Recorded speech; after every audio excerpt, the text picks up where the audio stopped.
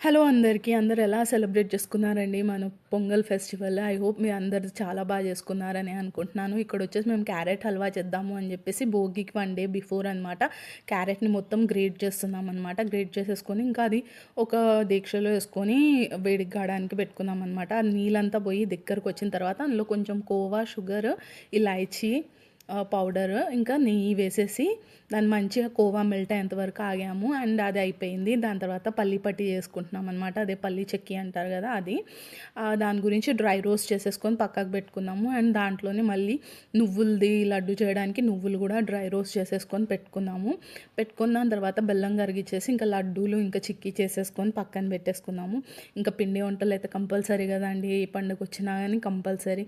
So ఇది మేము colours తెద్దామని బయటికి వెళ్తే ఫుల్ మూన్ ఉండే అండి, చాలా బాగుండే. ఇంకా తీసుకున్నాను. ఇంకా ఎర్లీ మార్నింగ్ భోగి రోజు ఇల్లు కడుక్కునేసి ఇంకా బయటికి వెళ్ళి మా కాలనీలో భోగి మంటలు పెడతారు కదా, అక్కడికి వెళ్ళేసి కాసేపు ఉండేసి వచ్చేసామన్నమాట. దాని తర్వాత ఇంటి ముందు ముగ్గేసేసుకున్నాను అనమాట. ఇలా ఎర్లీ మార్నింగ్ అండి, ఇది అరౌండ్ 5:30 ఆ టైంకి. ఇంక ఇది కలర్స్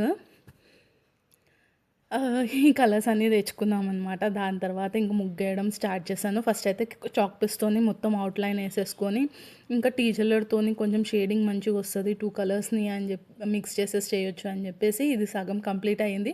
అప్పటికి కొంచెం వెలుతురు వచ్చేసింది అనమాట. ఇంక ఇదంతా అయిన తర్వాత ఒక పిక్ తీసుకున్నాను అనమాట. ఇలా వచ్చిందనమాట నా ముగ్గు.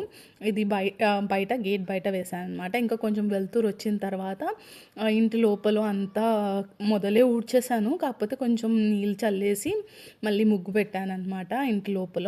ఇది వచ్చేసి గేట్ బయట అండి, మెయిన్ రోడ్కి. ఇది ఇంటి లోపల మా గుమ్మంకి ఎదురుగా వేసుకున్న ముగ్గు. ఇంకా ఇవైతే పెడతాం కదండి బొబ్బమ్మలు పెట్టేసి ఇదంతా నవధాన్యాలు అవన్నీ వేస్తాం కదా, అది అనమాట.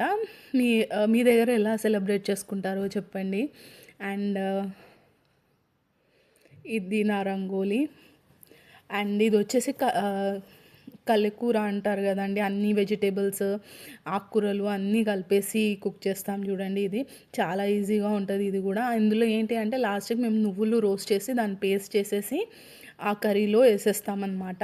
చాలా టేస్టీగా ఉంటుంది. ఇయర్కి ఒకసారి మాత్రం కంపల్సరీ